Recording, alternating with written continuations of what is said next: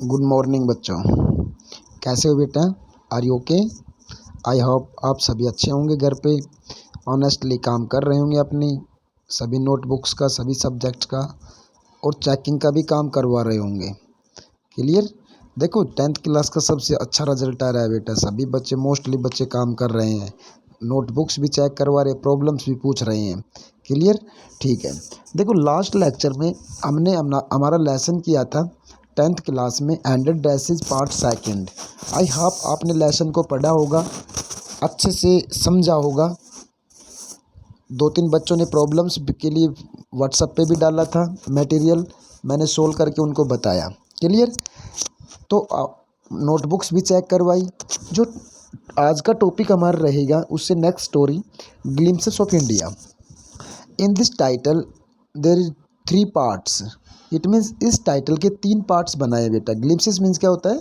झलक of India, Bharat की झलक। और भारत की झलक it means in Portuguese, Assam का एंड कुर्ग। जो 3 पार्ट बनाए, जैसे कि हमारी एक स्टोरी थी 2 स्टोरीज अबाउट फ्लाइंग, 2 कहानियाँ। उसमें फर्स्ट था is first flight about a seagull, पक्षी के बारे में, और दूसरी थी बेटा द ब्लैक एरोप्लेन था। आपने अच्छे से पढ़ा, इंटरेस्टिंग स्टोरीज दोनों। उसी तरह इस टाइटल में भी 3 स्टोरीज इंक्लूड की गई हैं, 3 स्टोरीज इंक्लूड की गई हैं। फर्स्ट का नाम है बेकर फ्रॉम गोवा। बेकर क्या होता है? एक वर्ड आया लव्स, LOAVES। लव्स मीन्स क्या होता है?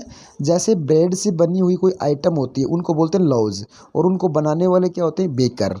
ठीक है। उसके बारे में गोवा में मतलब ब्रेड से बनी हुई आइटम्स और ब्रेड से बनाने वाले जो बेकर जो थे उन आइटम्स को, उनका कितना इम्पोर्टेंस था उन दिनों इन पोर्टुगीज डेज। पोर्टुगीज मीन्स पुर्तगालियों के अधीन जब गोवा था, गोवा में पुर्तगाली थे, उस समय उनका इम्पोर्टेंस बताया बेटा। सेकंड पार्ट जो बताया Coorg. Coorg is the kingdom of God.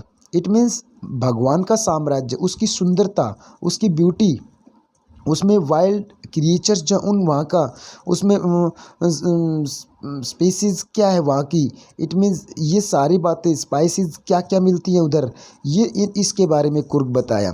And third जो आया टी फ्रॉम असम।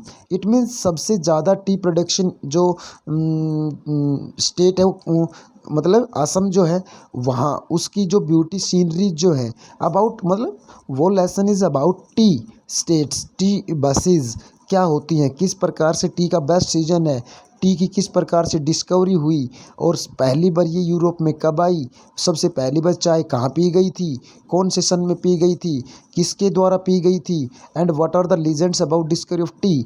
मतलब लीजेंड्स क्या होते हैं? लोक कथाएँ। मतलब चाय की उत्पत्ति कैसे हुई उसके बारे में लोक कथाएँ क्या हैं, जो कहानियाँ बना रखी हैं वो क्या हैं। तो ये तीनों पार्ट्स एक ही टाइटल में इंक्लूड करके टाइटल दे दिया ग्लिम्पसेस ऑफ इंडिया, भारत की झलक। क्लियर? तो इसमें हमारा फर्स्ट जो पार्ट रहेगा बेकर फ्रॉम गोवा। ये जो है इसके मैंने बताया about baker and loaves and things are made by baker of a bread. Bread से बनी हुई सभी वस्तुओं के बारे में, उनका क्या इम्पोर्टेंस है, और बेकर का कितना इम्पोर्टेंस इन द सोसाइटी, मतलब समाज में बेकर का क्या रोल है। ठीक है ना? तो ये सारे तीनों पार्ट्स 3 लेक्चर्स में आएंगे बेटा, क्वेश्चन साथ रहेंगे हर समरी के साथ।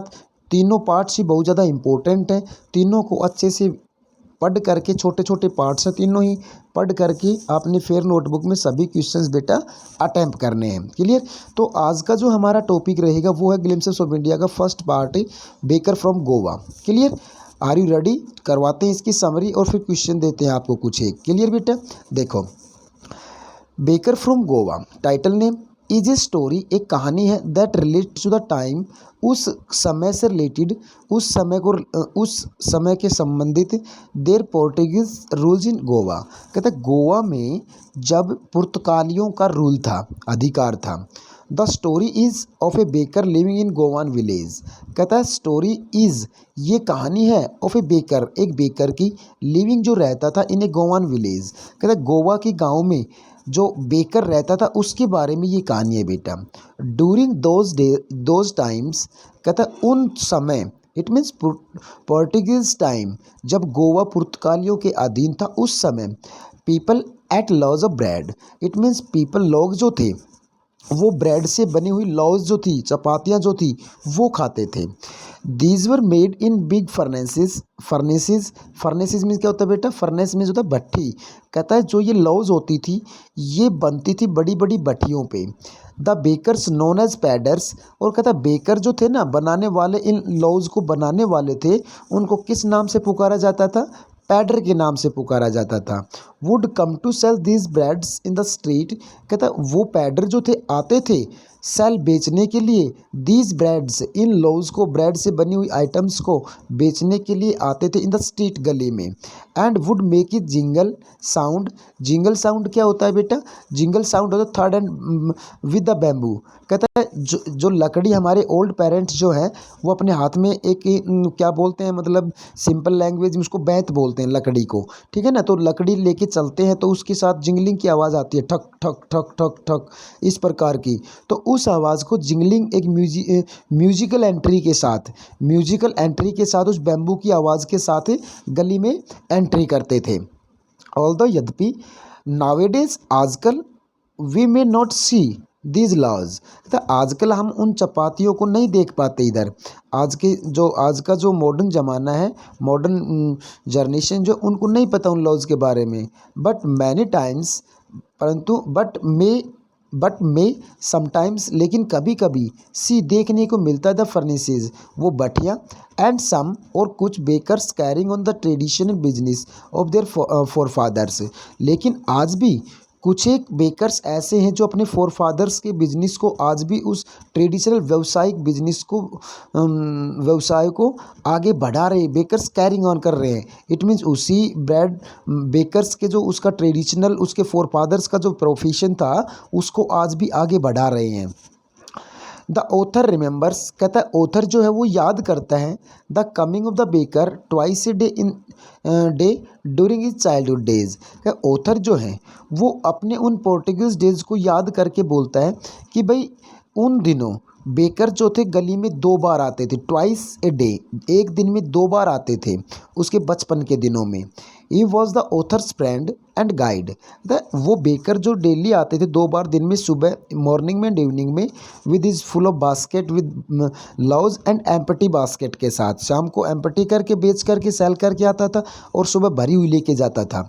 तो वो जो बेकर जो था वो ऑथर्स के फ्रेंड होते थे एंड गाइड और मार्गदर्शक होते थे। The made servants in the author's house, कहता है जो नरेटर के हाउस की जो मेड सर्वेंट थी, नौकरानी जो थी, वुड बाय लॉज, बाय मतलब खरीदती थी लॉज को, चपातियों को, और ब्रेड से बनी हुई, विच दे एट विद टी, जो खाते थे किसके साथ बेटा? चाय के साथ खाई जाती थी। इट मीन्स आजकल जो ब्रेड हम खाते हैं चाय के साथ, पकोड़े बनाते हैं, तो कहता है वही ब्रेड जो थी, उनसे ब्रेड से बनी हुई जो आइटम्स थे वो चाय के साथ ऑथर और उसका फैमिली खाते थे। ठीक है बेटा, समझ में आया? देखो, कहता लास्ट पैराग्राफ इसका, ड्यूरिंग दोज डेज, उन दिनों के, मतलब उन दिनों में, bread was an important part of an occasion, specially the sweet bread ball. कहता है ब्रेड की जो बनी हुई आइटम्स थे वो बहुत ज़्यादा important part of any occasion. It means प्रत्येक किसी भी अवसर का जो त्यौहार उत्सव जो होता था उसका सबसे इम्पोर्टेंट पार्ट होता था स्वीट ब्रेड बॉल, और उसका नाम क्या था? एक मिठाई बनती थी ब्रेड से, उसका नाम क्या था बेटा? बॉल। वो बॉल बहुत ज़्यादा इम्पोर्टेंट होती थी। आल्सो भी the baker had a peculiar dress. देखो सारी लाइन बहुत ज़्यादा इंपॉर्टेंट है बेटा। क्या? बेकर की एक पेकुलर मीन्स यूनिक सी, बड़ी विचित्र सी ड्रेस होती थी, और उस ड्रेस को क्या नाम दिया जाता था? कबई। कबई नाम की एक बड़ी विचित्र सी ड्रेस होती थी, और ये कैसी होती थी? It was a single piece frock. It means जैसे कि वो लड़कियां जो फ्रॉक पहनती है ऊपर से नीचे तक, अबाउट नी, घुटनों तक की एक पार्ट होता है पूरे का पूरा, वैसा पहनता था, जिसको हम क्या बोलते हैं? क्लॉक बोलते हैं, CLOC के मतलब लबादा। उस प्रकार से पूरा एक फ्रॉक जैसा होता था, that would reach up to the knees, जो कि बिल्कुल घुटनों तक पहुंचता था। Baking was a profitable business at that time. और कहता है उन दिनों पोर्टुगीज डेज में जो बेकर्स और ब्रेड से लॉज बनाने वाले जो थे, वो प्रोफेशन जो उनका था, व्यवसाय जो था, वो प्रॉफिटेबल था बेटा। लाभदायक, लाभप्रद बिजनेस था उनका वो। समझ में आया? बहुत बहुत ज़्यादा इंटरेस्टिंग लेसन है बेटा ये। आप इसके अलावा और सारी बातें जो इसमें इंक्लूड नहीं है समरी में, वो सारी बातें भी आप लेसन में पढ़ पाओगे अगर आपने पढ़ा तो। And after this some questions are for you, कुछ क्वेश्चन हैं, आंसर साथ है बेटा। तो कहता है वो ये क्वेश्चंस मैं आपको समझा रहा हूँ, आपने इन क्वेश्चंस को भी फिर नोटबुक में अटैम्प्ट करना है बेटा। इनके अलावा और क्वेश्चंस पीछे जो दे रखे हैं वो भी करने हैं। क्लियर लेसन में? तो देखो फर्स्ट क्वेश्चन क्या है हमारा, what are the elders in Goa nostalgic about. Nostalgic mean क्या होता है? शौकीन, फॉन्ड ऑफ। कहते हैं जो गोवा के एल्डर्स थे, बुजुर्ग जो थे, वो किसके किसके बारे में फॉन्ड ऑफ थे, शौकीन किसके थे? The elders in Goa are nostalgic about the good old Portuguese days and the Portuguese laws of bread। कहता है वो आज भी उन दिनों के शौकीन रहे, मतलब बहुत ज़्यादा अच्छी, मतलब प्लीजेंट मेमोरी है उनकी पोर्टुगीज़ डेज की। And Portuguese loaves of bread, और कहता है उन पुर्तगालियों के दिनों में जो ब्रेड से बनी हुई लॉज, चपातियाँ जो होती थी, उनके भी शौकीन थे। The Portuguese were very famous for their bread. कहते पुर्तगाली जो थे वो बहुत ज़्यादा प्रसिद्ध थे उनकी ब्रेड के लिए। क्लियर बेटा? समझ में आया? सेकंड क्वेश्चन जो हमारा है बेटा वो क्या है, देखो वो है भाई, what did the bakers wear. क्या पहनते थे बेकर, जो लॉज बनाने वाले जो थे वो क्या पहनते थे? When the author was young, कब? जब ऑथर नौजवान यंग था उस समय बेकर्स क्या पहनते थे? The bakers in the Portuguese days wore a peculiar dress called the kabai. कहता है जब यंग था वो नरेटर, उस वक्त जो बेकर जो होते थे पोर्टुगीज डेज में, दिनों में, पुर्तगालियों के दिनों में, वो कबई नाम की एक ड्रेस पहनते थे। It was a long single piece of frock reaching down to the knees, जो कि एक ही पार्ट होता था पूरा जो घुटनों तक जाता था। When the author was young they wore a short and a trouser. कहता है जब ऑथर नौजवान हुआ, जवान हुआ, उस समय उन्होंने अपनी ड्रेस को चेंज कर ली और एक शर्ट पहनते थे, नीचे शर्ट, ट्रेजर पजामा पहनते थे। That was longer than half A pant. वो पजामा ट्रेजर कितना लंबा होता था बेटा? पूरी हाफ पैंट से, जो हम बोलते हैं शर्ट बोलते हैं, शॉर्ट से थोड़ा सा लंबा था। And shorter than a full length, full pant. कहता है पूरी पैंट से छोटा और हाफ से ज़्यादा बड़ा था। इट मीन्स जो घुटनों से थोड़ा सा ऊपर तक पहुंचता था। कब? जब राइटर यंग था। समझ में आया बेटा? नेक्स्ट क्वेश्चन जो थर्ड जो हमारा है वो देखो, how did the baker attract the children. कि हाउ, कैसे बच्चों को अपनी तरफ किस प्रकार से अट्रैक्ट करता था बेकर, जो बनाने वाला था लॉज को, वो अपनी तरफ बच्चों को किस प्रकार से अट्रैक्ट करता था? The baker attracted the children note by jingle. कहता है अपनी जिंगलिंग जो म्यूजिकल एंट्री होती थी उससे अट्रैक्ट नहीं करता था, और बाय द लॉज और ब्रेड इज सोल्ड, मतलब जो बेचता था लो, ब्रेड से बनी हुई लो चपातियाँ बेचता था, ना ही उससे अट्रैक्ट करता था, परंतु attracted the children by the bread bangles और द स्पेशल स्वीट ब्रेड ही सोल्ड। कहता है बच्चों को अट्रैक्ट करता था ब्रेड से बनाई हुई ब्रेड बैंगल्स, और ब्रेड से दूसरी जो मिठाइयाँ बनाता था, उनके लिए बच्चे बेकर के प्रति अट्रैक्ट होते थे बेटा। आई बात समझ में? नेक्स्ट क्वेश्चन जो हमारा है चौथा वो क्या है, baking was considered essential in traditional गोवान विलेज। कहता है बेकिंग वॉज, जो बनाने वाले जो थे उनका जो सिस्टम था, बेकिंग वॉज कंसिडर्ड, समझा जाता था, असेंशियल, महत्वपूर्ण, ट्रेडिशनल गोवान विलेज। कहता है पारंपरिक जो गोवान विलेजेस में, गाँव में जो बेकिंग प्रोफेशन था उसको बहुत ही ज़्यादा असेंशियल कंसिडर किया जाता था, महत्वपूर्ण समझा जाता था। What reason does the writer give to support his point. कहता है अपने इस व्यूज़ को सपोर्ट करने के लिए क्या रीजन देता है writer? No festival in Goa is complete without bakery products. कहता है बेकर के द्वारा बनाए हुए प्रोडक्ट्स, आइटम, मिठाई जो थी, उनके बिना कोई फेस्टिवल कंप्लीट नहीं होता था। बी इट मैरिजेस, जैसे वो फेस्टिवल हो सकते हैं, मैरिजेस, शादियाँ, एंगेजमेंट, सगाई, और एनी अदर सेरेमनी, और कोई दूसरा अवसर भी। ट्रेडिशनल स्वीट ब्रेड, कहता है मतलब रीति रिवाज के अकॉर्डिंग ब्रेड से बनी हुई स्वीट्स नॉन एज बॉल। कहता है उस मिठाई का नाम क्या होता है बेटा, bol. Is to be given with marriage gifts. कहता है बॉल जो ब्रेड स्वीट्स होती थी वो मैरिज गिफ्ट के रूप में भी दी जाती थी। एट क्रिसमस बोलिनहास, और कहता क्रिसमस सेरेमोनी पे, कहता त्यौहार पे बोलिनहास जो ब्रेड से बनी हुई एक मिठाई थी वो दी जाती थी। And cakes are a must, but bread से बनी हुई केक जो होते थे वो तो बहुत ज़्यादा ज़रूरी होते थे बेटा।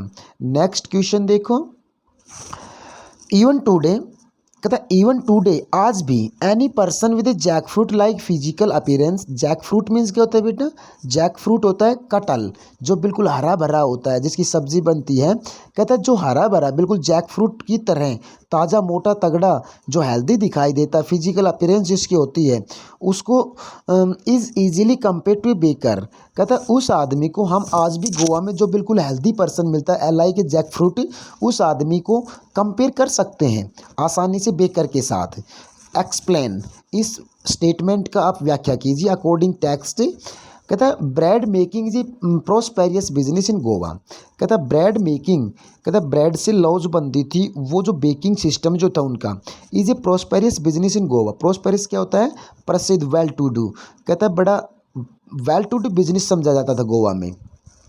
The physique of the baker, physique means physical appearance of baker. कहता बनाने वाले जो होते थे इन मिठाइयों को ब्रेड से, उनका physical appearance is plump and round body are testimony to that. कहता है उनका जो फिजिकल अपीरेंस था ना वो प्लम्प मीन्स मोटा तगड़ा, राउंड बॉडी इट मीन्स मोटी तगड़ी बॉडी, और टेस्टिमोनी टू इट समझा जाता था, इट मीन्स जैक फ्रूट के साथ उसको कंपेयर किया जा सकता है। देयरफॉर यद्यपि anyone who was fat and plump, कहता जो आदमी है, जो आदमी था मोटा एंड प्लम्प चौड़ा, just like a jackfruit बिल्कुल जैक फ्रूट की भांति, was easily compare to a baker, उसको आसानी से किसके साथ कंपेयर किया जा सकता है बेटा, बेकर के साथ कंपेयर किया जा सकता है आज भी। नेक्स्ट क्वेश्चन 6 का जो है, where were the monthly accounts on the baker recorded. कहता जो बेकर जो है पूरे महीने का रिकॉर्ड कहाँ रिकॉर्ड करते हैं, कहाँ अपना लेखा जोखा, मंथली जो लेखा जोखा है वो कहाँ लिखते हैं। The baker maintain his monthly accounts on some wall. कहता है बेकर जो है ना पूरे महीने का लेखा जोखा जो है वो एक दीवार के ऊपर लिखते हैं विद अ पेंसिल से। ये usually collected is bills at the end of the month. और कहता है पूरे महीने का जो सेलिंग और लेन देन का जो रिकॉर्ड होता है उसको इकट्ठा करते हैं, कलेक्ट करते हैं महीने के आखिर में, एंड ऑफ द मंथ, महीने के आखिर में, और पूरे महीने का लेखा जोखा पेंसिल से दीवार के ऊपर लिखते रहते थे। समझ में आया बेटा। नेक्स्ट क्वेश्चन 7th का जो आपका है वो देखो, is bread an important part of Goan life. क्या कि भाई ब्रेड जो है वो गोवा की ज़िंदगी का इम्पोर्टेंट पार्ट है, भाग है। How do you know this, आप ये कैसे जानते हैं। देखो ये क्वेश्चन हम करवा चुके हैं कई बार, जो हमारी समरी में भी आया है, लेसन में बार बार रिपीट होगा, तो ये क्वेश्चन आप खुद करेंगे बेटा। क्लियर। नेक्स्ट क्वेश्चन 8 का जो है वो देखो, comment on the significance of bread baker. Bread baker की सिग्निफिकेंस मीन्स क्या होता है, महत्व पे कमेंट करो इन ए ट्रेडिशनल गोवान village. That's clear, you can do, आसानी से कर सकते हो इस क्वेश्चन को आप। उसकी सारी जितनी भी इम्पोर्टेंस है वो सारी बातें बतानी है। क्लियर। अब आपके पास एक्स्ट्रा क्वेश्चंस इसके अलावा और है। What was the peculiar dress of the baker during Portuguese days. मतलब देखो ये क्वेश्चन हम करवा चुके हैं बट इसका जो स्टेटमेंट है वो थोड़ा सा अलग दे दिया। क्वेश्चन स्टेटमेंट जो है ना बेटा वो थोड़ा सा हट के दे दे, तो अकॉर्डिंग क्वेश्चन स्टेटमेंट ही हम इसका आंसर डालेंगे इधर। क्लियर, समझ रहे हो ना मैं क्या बोल रहा हूँ, कि भाई जैसे स्टेटमेंट आई उसके अकॉर्डिंग हमने यहाँ आंसर देना है बेटा। तो देखो दूसरा क्वेश्चन जो है ये भी देखो, describe the childhood memories of the author's time in Goa and is fondness of the breads and cakes. कहता है describe the childhood memories, author की बचपन की यादों का वर्णन करो। Of the author's time in Goa.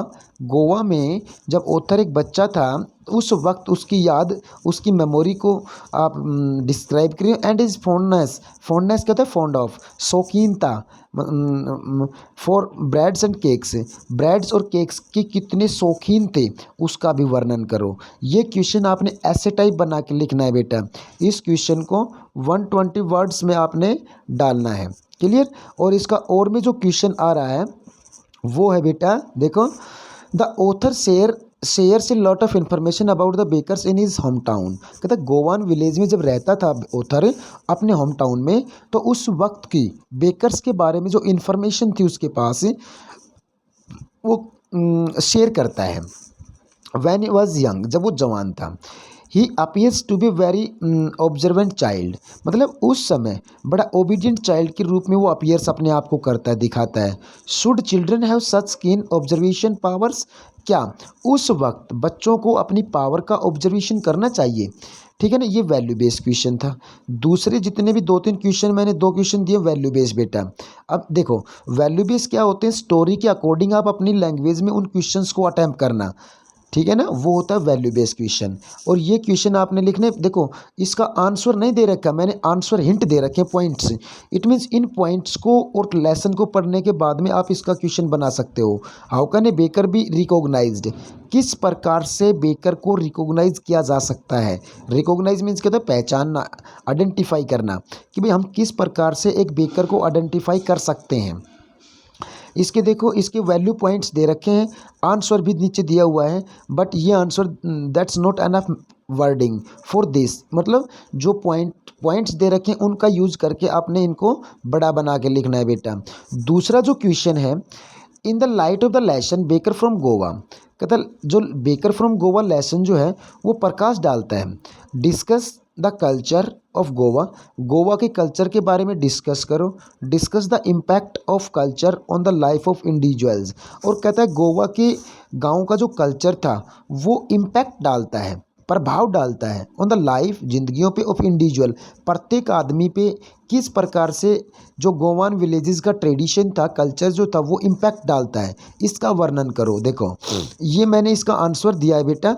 इस आंसर के अकॉर्डिंग आपने इन वर्डिंग्स को और बड़ा बना के लिखना है। ठीक है ना। एंड तीसरा क्वेश्चन जो वैल्यू बेस है, शुड वी लर्न, क्या हमें सीखना चाहिए फ्रॉम द हिस्ट्री, अपने इतिहास से, दैट हैज़ पास्ट, जो बीत चुका है, on to us from generations, on to us from generations, मतलब कई पीढ़ियों तक हमारा जो इतिहास बीत चुका है उस इतिहास से क्या हमें सीखना चाहिए। इट मीन्स क्या सीखना चाहिए, वो आप इस क्वेश्चन में बेटा, आंसर मैंने दिया है बट आपने इस क्वेश्चन को अपने अकॉर्डिंग और बड़ा बना के लिखना है। क्लियर। तो ये क्वेश्चंस मैंने आपको दिए, वैल्यू बेस्ड क्वेश्चंस है बेटा, एक्स्ट्रा क्वेश्चंस है, टेक्सचुअल क्वेश्चंस है। अगर इन क्वेश्चंस के अलावा आपकी टेक्स्ट बुक में और क्वेश्चंस आते हैं इनके अलावा, तो वो क्वेश्चंस भी आपने बेटा अपनी फेयर नोटबुक में डालने हैं। क्लियर। ठीक है ना। और कल शाम तक सभी बच्चे मेरे पास यहाँ, मतलब बेकर फ्रॉम गोवा तक कंप्लीट करके सभी बच्चे नोटबुक्स को चेक भी करवाएंगे।